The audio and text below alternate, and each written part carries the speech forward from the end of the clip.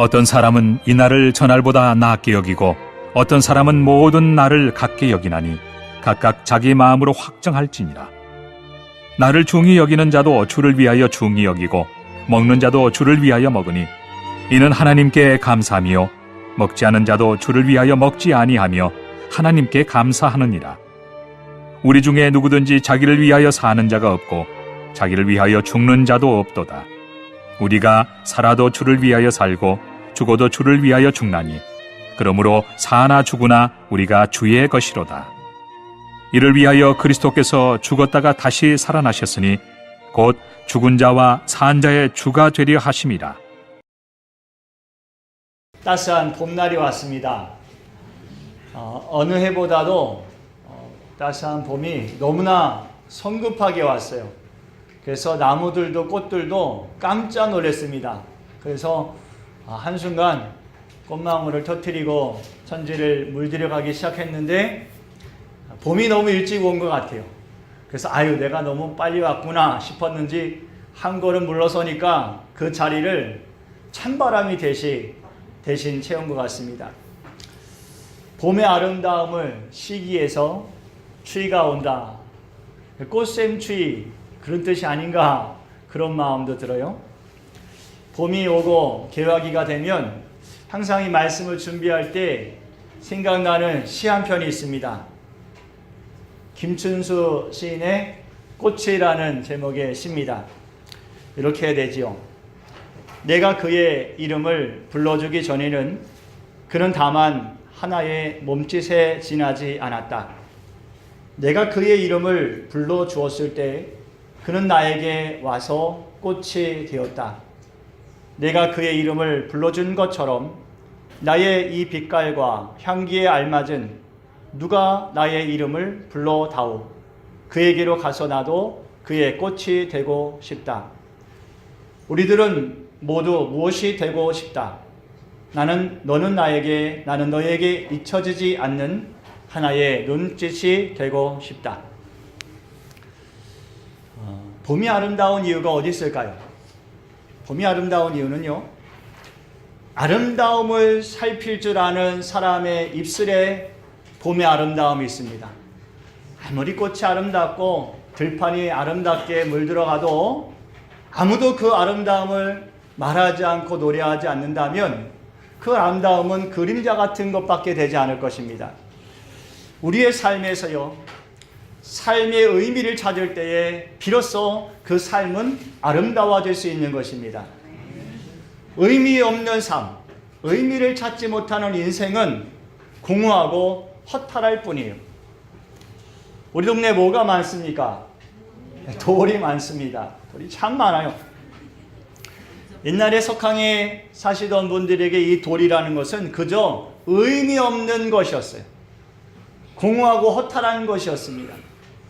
밭 가운데 이만한 돌이 하나 차지하고 있으면 그거 치울 수도 없고 농사 지을 때마다 걸리적거리고 누가 이 돌 좀 치워주면 정말 고맙겠다 그런 마음만 가졌어요. 그런데 누군지 모르겠지만 아마 우리 집사님이 아닐까? 누군지 모르겠지만 이 석항의 돌을 보고 아름다움을 발견했어요. 그리고 그 아름다움을 캐내기 시작했습니다. 사람들에게 그 아름다움을 보이기 시작했어요. 우리 석항에 살던 분들에게는 돌은 그냥 돌이었는데 그 아름다움을 보이기 시작하니까 사람들이 그 돈을 주고 사기 시작하는 것입니다. 지난주에 오후 예배를 마치고 나서 좀 쉬고 쉬려 했더니 밖에서 누가 뭘 해요. 덜그덕 소리가 나요. 그래서 나가봤더니 이윤기 집사님이 트럭에다가 흙을 한 차 싣고 왔어요. 그리고 화단 정리를 하는 거예요. 근데 쓸모없어져 버린 보도블럭을 갖다가 화단을 이쁘게 정리하는 거예요. 단정해졌어요.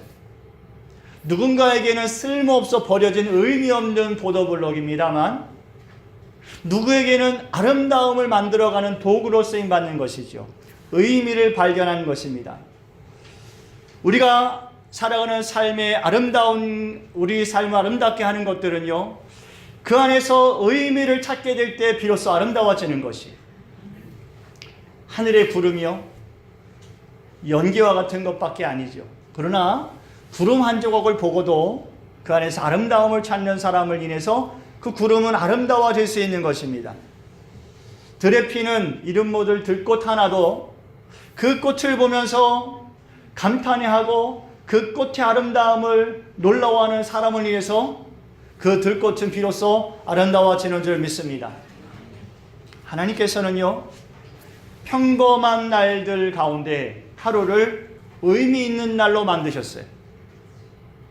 세상 사람들이 볼 때는 의미 없어 보여요. 해가 어제 졌던 해가 단지 똑같은 것을 다시 뜰 뿐이에요. 그러나 하나님은 그 날 중에 한 날을 특별한 날로 정하셨어요. 그리고 이 날은 거룩한 날이다. 이 날은 여호와 나의 날이다. 주님이 그 날을 특별하게 하셨어요. 7번째 날에 의미를 부여하신 것이지요. 출애굽기 20장 10절 말씀입니다. 시작.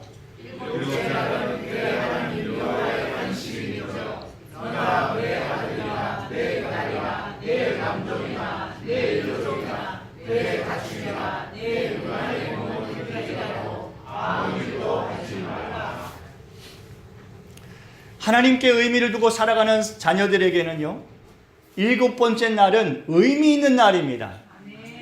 그저 어제가 오늘 같은 날이 아니에요.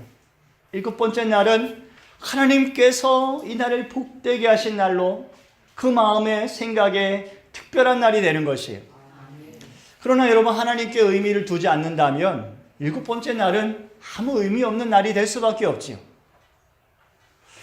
지난주에 교회에 생일날 하신 분이 3분 계셔요. 여러분 보통 사람들에게는 그냥 똑같은 날이었을 거예요.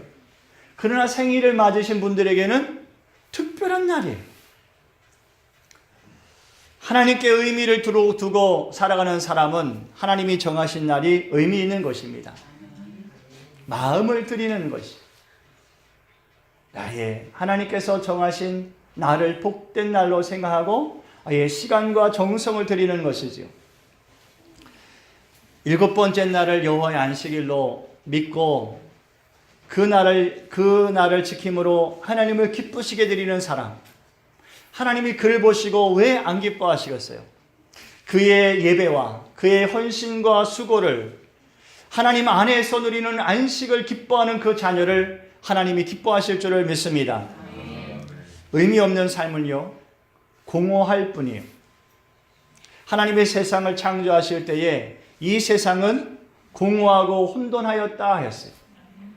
아무것도 의미 없는 것이었기 때문에 그래요. 하나님께서 이 의미 없는 이 세상에 빛이 있으라 하시면서 의미가 생기기 시작했어요. 천지를 질서 있게 창조하시면서 의미가 생겼어요.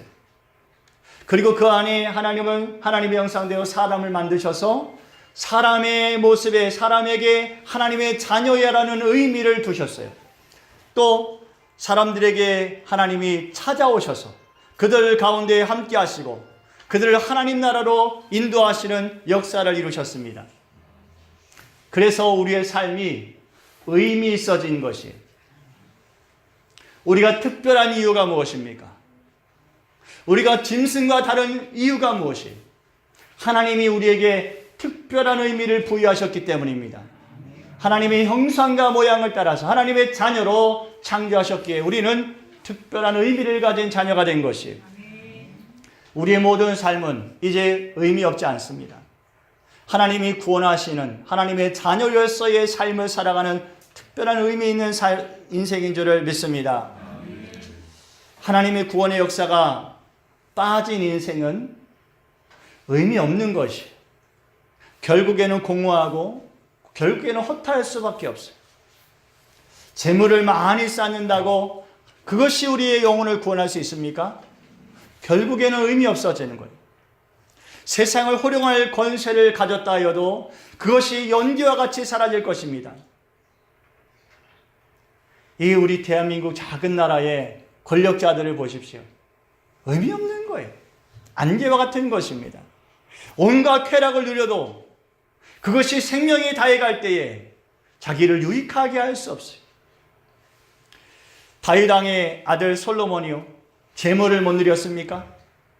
세상의 가장 큰 부귀를 누렸어요. 권력을 못 누렸습니까? 그와 같은 왕이 없었어요. 그가 쾌락을 못 누렸습니까? 아내만 1000명이 넘어요. 여러분, 못 누려본 것이 없는 사람이요, 세상에 그와 같은 사람이 없어요. 그런데 솔로몬이 마지막 날에 그의 인생의 마지막에 고백하는 것이 뭐예요? 전도서 말씀에 1장 2절에 전도자가 이르되 헛되고 헛되며 헛되고 헛되니 모든 것이 헛되도다. 아니, 다 누려본 사람이 헛되다 말하지 않아요? 여러분, 14절을 읽어보겠습니다. 시작.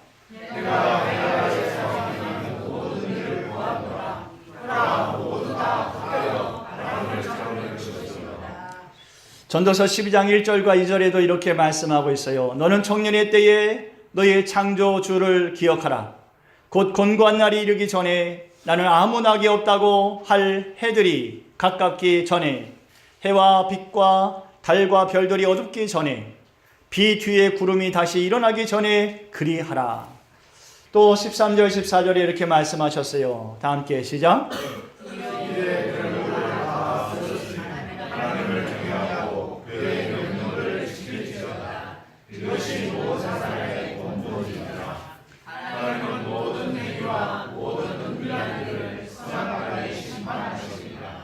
일의 결국을 다 들었으니 하나님을 경외하고 그의 명령을 지킬지어다. 이것이 모든 사람의 본분이니라 하셨어요. 우리 인생이 끝날 때 하나님은 우리에게 너의 본분을 다하였냐라고 물으실 수밖에 없습니다. 오늘 우리는 뭐라고 말할까요? 하나님께. 하나님, 저는 열심히 일했습니다. 그리고 또 열심히 일했습니다. 하나님이 뭐라고 그러실까요? 그 인생에 의미 있다고 하실까요? 하나님, 저는 열심히 아이를 낳았습니다. 그리고 아이를 키웠습니다. 세상에서 훌륭한 아이로 장성케 했습니다. 여러분, 무슨 의미가 있을까요? 하나님, 저는 인생에서 크게 성공했습니다. 나 같은 사람이 세상에 없습니다. 여러분, 하나님 앞에서 하나님이 그것이 나와 무슨 상관이라고 말씀하실 때 우리는 더 이상 하나님께 드릴 말씀이 없는 것이에요. 하나님은 솔로몬의 인생을 살피신 분이에요. 그런데 하나님께서 솔로몬의 인생을 보시면서 무슨 일이 의미 있다고 하실까요? 솔로몬이 무슨 일을 했습니까? 성전을 지었습니다. 어마어마한 성전을 지었어요.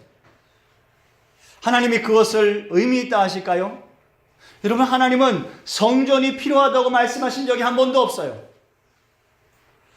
솔로몬은 수많은 백성들을 지혜롭게 다스렸어요. 하나님이 지혜가 부족한 분입니까? 그거 역시도 의미 없는 일이 될 수밖에 없어요. 솔로몬은 이스라엘을 부강한 나라로 만들었어요. 그 같은 나라가 없어요. 그러나 하나님이 이스라엘을 지킬 능력이 없는 분입니까? 결국에는 솔로몬이 행한 모든 일들이 하나님 앞에서는 아무 의미가 없어요.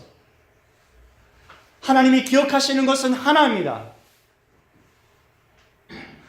솔로몬이 하나님 앞에 엎드려서 내가 하나님의 백성들을 다스릴 지혜가 없으니 하나님만이 이 백성의 주인이십니다. 나에게 주의 백성들을 다스릴 지혜를 주십시오. 하나님이 기뻐하시고 하나님이 기억하시는 것은 그거예요. 그래서 하나님께서 부와 지혜와 장수를 솔로몬에게 허락하신 것이 기뻐하셨으니까요. 하나님은 하나님을 경외함으로 하나님의 주권을 인정하고 순종하는 자를 기뻐하시는 줄을 믿습니다. 마지막 날에는 모든 사람이 예수님 앞에 설 것이, 그리고 예수님께서 무엇을 하였냐고 또 예수님도 물으실 것입니다. 어떤 사람은 그렇게 말하지요. 주여, 우리가 주의 이름으로 선지자 노릇하였습니다. 우리가 주의 이름으로 귀신도 내쫓았습니다. 주의 이름으로 질병도 고쳤습니다. 권능을 행했습니다. 그런데 예수님이 그들에게 뭐라고 하셨다고요? 내가 너희를 도무지 알지 못한다라고 하셨어요. 그리고 그들에게 이렇게 말씀하셨어요. 그들은 아버지의 뜻대로 행하지 않은 자라. 많은 일을 하였지만 그 모든 일들이 그냥 일이었을 뿐이라는 거예요. 솔로몬이 많은 일을 행했던 것처럼 그들도 그냥 많은 일을 행했을 뿐이라는 것이 하나님을 기쁘시게 하는 일이 아니라는 거예요. 하나님이 원하시던 일이 아니라는 것이. 여러분, 여러분의 자녀가 똑똑하고 지혜로운데 부모를 공경하지 못한다면, 부모를 기쁘게 하지 못한다면 좋겠습니까? 세상에서 성공했는데 부모에게는 아무 기쁨이 되지 못한다면 기쁘겠습니까? 저도 저희 아이들을 키워보니까요, 무엇이 되고 안 되고가 중요한 게 아니더라. 복음만 있어도 나의 기쁨이 되는 그런 자녀가 기쁨인 것이.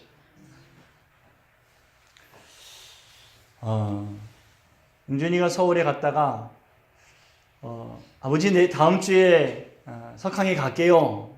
그래요?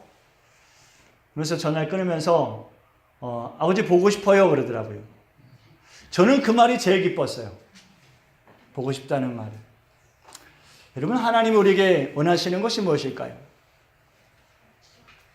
무슨 많은 일을 하기 원하실까요? 하나님의 뜻대로, 아버지의 뜻대로 행한다는 것은 도대체 무슨 말씀일까요? 요한복음 6장 29절 말씀에 이렇게 말씀하셨어요. 시작. 예수께서 대답하여 이르시되 아버지께서 그것이 하나님의 일이니라 하시니라.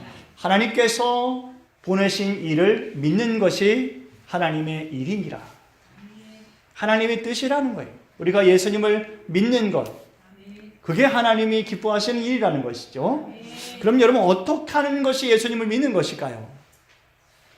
우리가 주의 이름으로 선지자 노릇하고 귀신도 내쫓고 질병도 고치고 권능을 행하면 그것이 예수님을 믿는 일일까요? 아니에요. 그러면 무엇을 행해야 예수님을 믿는 것일까요? 예수님이 하나님께서 우리를 사랑해서 보내신 분이라는 것을 믿는 거예요.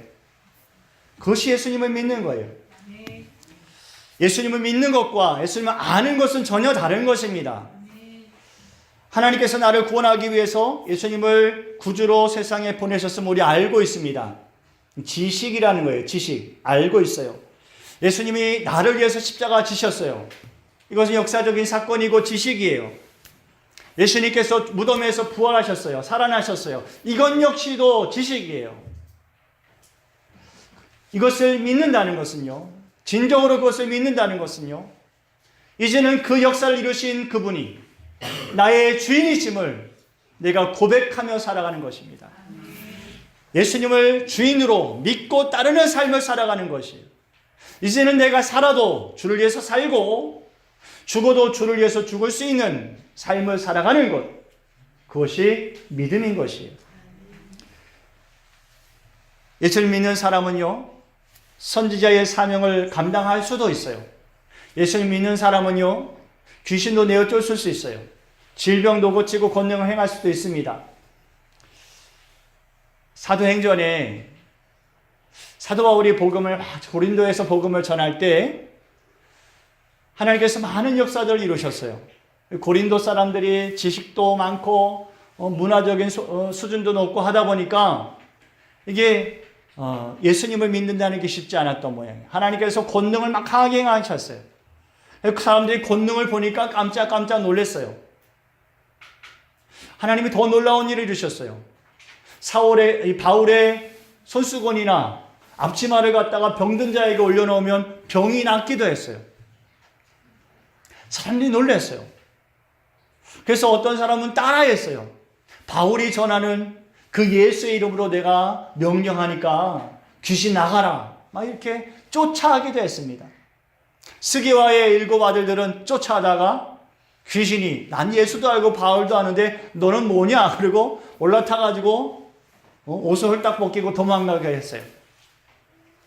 참 웃지 못할 해프닝이지만 여러분 그렇다는 거예요. 예수님의 이름에 능력이 있다는 거예요. 어제 이렇게 예배를 준비하고 신앙 영상을 찾으면서 보니까 참 김바울 선교사님 계세요. 최바울인가요? 김바울인가요? 김바울 선교사님 계시죠. 근데 이렇게 사람을 앉혀놓고 예수님의 이름으로 명하노니 오른쪽 다리는 길어질지어다. 아니면요, 정말 쑥 나와요, 다리가. 뭐 말도 통하지 않고 문화도 다르고 그런 곳에 나가서 선교하시는데, 복음을 전하시는데 한두 명이 아니에요. 그냥 쑥쑥 자라나요. 쑥쑥. 정말 그냥 말 그대로 그냥 쑥쑥 자라나요. 몇 분 걸리지도 않아요. 한 1, 2초 사이에 쑥 나와요. 그리고 정상적인 사람이 되는 거예요. 야, 참 놀랍다. 그런데 말씀을 돌아와서 보니까 저 뒤에 있는 것이 중요하구나라는 것을 깨달았어요. 다리가 길어지고 막 귀신이 나가고 몸이 완전해지고 부인병이 낫고 암도 떨어져 나가고 다 좋아요. 다 좋은데 그것이 예수님과 무슨 상관이냐는 것이, 하나님이 기뻐하시는 것은, 하나님 원하시는 것은 그 이후에 그 마음의 생각과 삶의 고백이라는 것이에요. 예수님이 정말 주인 되셨냐? 주님은 그것을 살피신다는 것입니다. 여러분, 예수님 믿습니까? 예수님 믿습니까? 여러분, 예수님을 이용해 먹으려고만 하지 마십시오. 우리가 예수님 이용해 먹지 않아도요, 예수님이 우리에게 복 주시고 은혜 주시기를 먼저 원하시는 분이에요. 우리가 예수님을 주인으로 믿는다면, 주인으로 믿고 따르고 우리의 믿음의 삶을 주님께 고백한다면 주님은 우리를 더 복 주시고 은혜 주시기를 먼저 원하시는 분인 줄을 믿습니다. 예수님이 믿음을 칭찬한 사람들이 몇 명 있어요, 성경에. 예수님이 그들의 믿음을 칭찬하신 이유는 다른 게 아니에요. 그 말씀을 성경에 써주신 이유는 우리로 그들의 믿음을 본받으라는 것이지. 한 가지 이야기는 마태복음 8장의 백부장의 이야기입니다. 이 백부장은 자기 집에서 있는 하인이 중풍병에 걸려서 큰 고통을 당하고 있었어요. 예수님께서 근처 마을에 오셨다는 얘기를 듣고 이 백부장이 그 예수님을 찾아갑니다. 그리고 예수님께 내 하인을 고쳐주십시오라고 부탁을 드려요. 참 좋은 주인이지요. 하인을 위해서 이렇게 몸소, 백부장임에도 불구하고 참 좋은 주인이에요. 예수님께서 보시고 참 좋게 여기셨는지 내가 가서 고쳐주겠다 하고 가시려고 그랬어요. 그랬더니 백부장이 주님, 제가 주님께서 저희 집에 들어오시는 것을 감당할 수 없습니다. 마태복음 8장 9절 말씀입니다. 시작. 백부장이 대답하여 이르되 주여 내 집에 들어오시니 나는 감당하지 못하겠사오니 다만 말씀하면 하옵소서. 그러면 내 하인이 하겠사오니. 9절. 나도 명수가에 있는 사람이요 내 아래에도 문사가 있으니 이더러 가라 하면 하고 저더러 오라 하면 오고 내 종들어 이것을 하라 하면 하나이다. 예수님께서 이 백부장의 고백을 들으시고요, 뭐라고 하셨습니까? 내가 이스라엘 중에서 이만한 믿음을 보지 못하였느니라 그러셨어요. 그 믿음이 크다는 것이죠. 우리도 이렇게 말할 수 있지 않을까요? 예수님 우리 집에 오심을 내가 감당할 수 없습니다. 오시지 마시고 말씀으로만 하십시오. 말이 중요한 게 아니라는 거예요. 그 마음이 정말 예수님을 감당할 수 없을 만큼 예수님을 높은 자리에 모시고 있는가, 그것을 주님이 보시는 것이에요. 예수님께서 말씀만 하시는 은혜가 있어도 이 세상의 모든 것들을 뛰어넘는 역사가 있습니다. 그 예수님을 내가 어찌 감히 우리 집에 모실 수가 있겠습니까? 예수님 우리 집에 한번 오셔야죠. 우리 동네까지 오셔가지고 그냥 가시면 되겠어요? 여러분 그 마음도 좋아요. 그렇지만 정말 예수님을 경외하는 것이에요. 예수님을 두렵고 떨리는 마음으로 예수님 앞에서 감히 자기의 집에 문을 열지도 못할 만큼 예수님을 높은 자리에 모시는 것이지요. 예수님께서 또 칭찬하신 믿음이 하나 있어요. 예수님께서 베다니 나병 환자 시몬의 집에서 식사하실 때 한 여인이 귀중한 향유 옥합을 하나 가져와요. 그리고 예수님의 머리에 부어드렸습니다. 사람들은 이 여인 보고 왜 그것을 허비하냐고 책망했어요. 그러나 예수님께서는 이 여인이 나의 장례를 준비한 것이라 칭찬하셨어요. 그리고 하신 말씀이요. 어디서든지 복음이 증거되는 곳에 이 여인이 행한 일도 말하여 그를 기억하게 하라. 이렇게 말씀하셨어요. 이 여인은요, 자기 평생에 가장 귀한 것을 드릴 분이 한 분 있었어요. 예수님이에요. 예수님을 가장 귀한 분으로 알았다는 것이.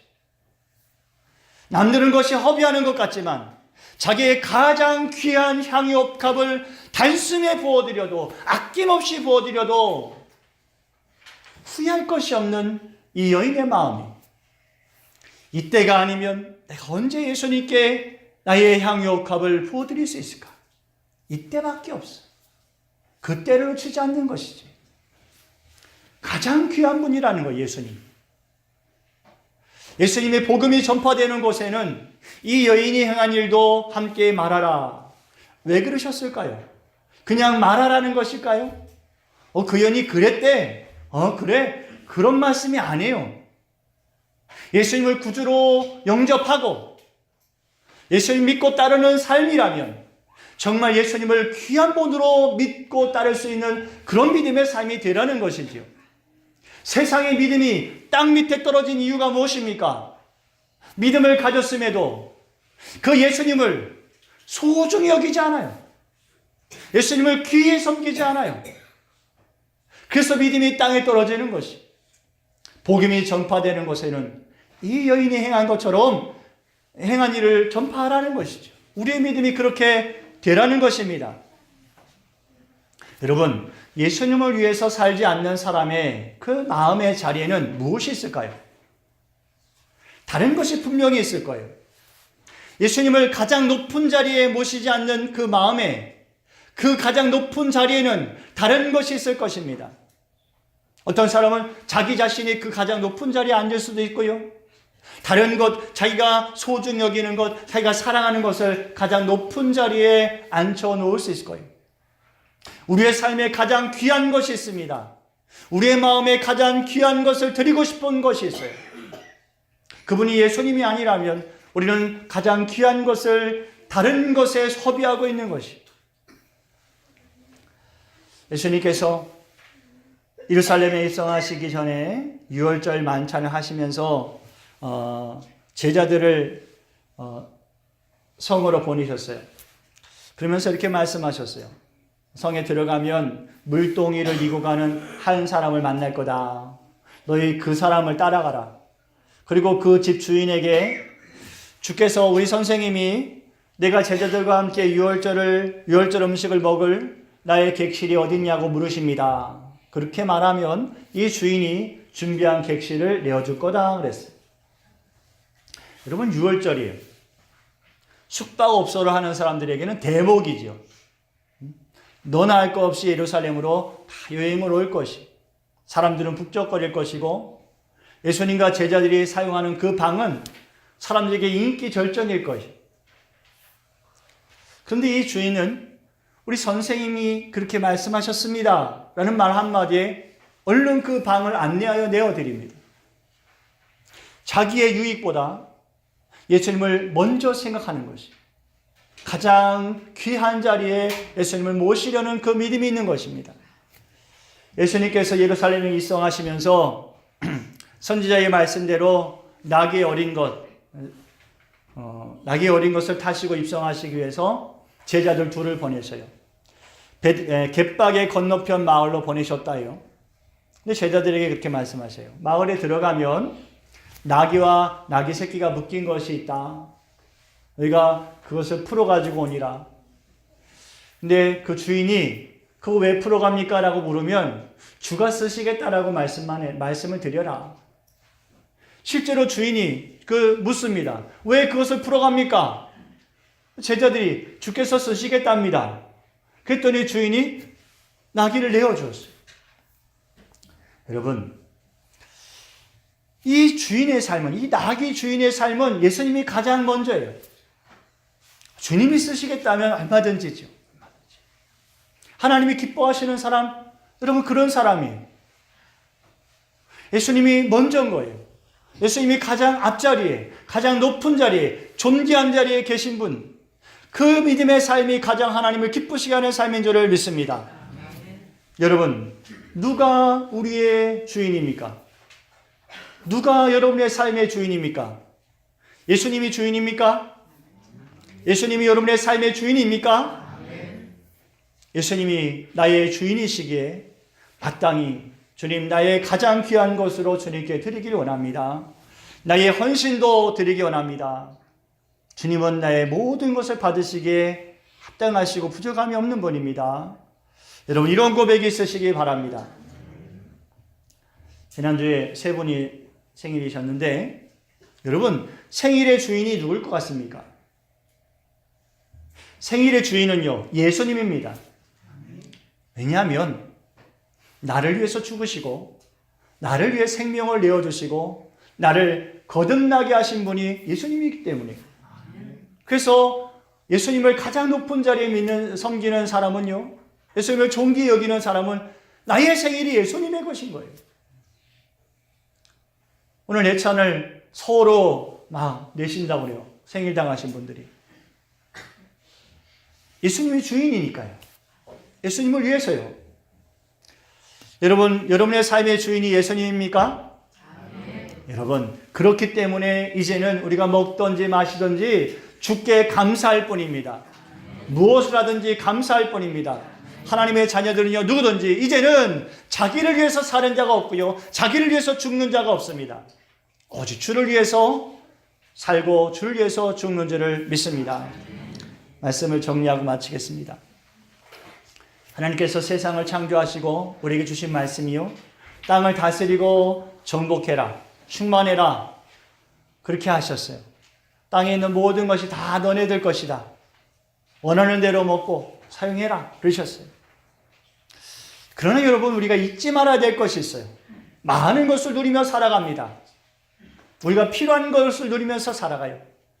그럼에도 잊지 말아야 될 것이요, 모든 것의 주인이 누구냐는 것이.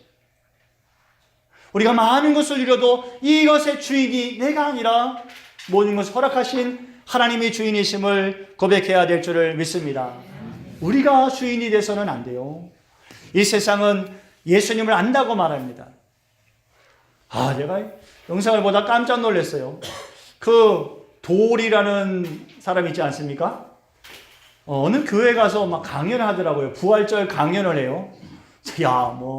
바울이 어쩌고 예수님이 어쩌고 하는데, 사람들이 뭐라고 리플을 다는가 봤더니 좋은 말이 없어요. 좋은 말이 없어요. 여러분, 세상은요, 예수님을 안다고 말해요. 그러나 예수님이 진정 그들의 인생의 삶의 주인이 아니에요. 가장 귀한 자리, 가장 높은 자리에 다른 것이 올라가 있어요. 자기가 올라가 있고요, 사람들이 만들어 놓은 우상이 올라가 있어요. 젊은이들이요, 여러분들이 환호하고 기뻐하는 것이 무엇입니까? 그것이 예수님의 것이고 그분이 예수님입니까? 다른 것을 환호하지 마십시오. 여러분의 삶에는 가장 귀하고 높은 자리에 예수님만 계시기를 축복합니다. 예수님이 가장 귀한 분으로 여러분에게 영광을 받으시기 바랍니다. 예수님이 가장 높은 곳에 계실 때 여러분들도 예수님과 함께 그곳에 거하는 은혜가 함께 하시기를 축복합니다. 기도드리겠습니다.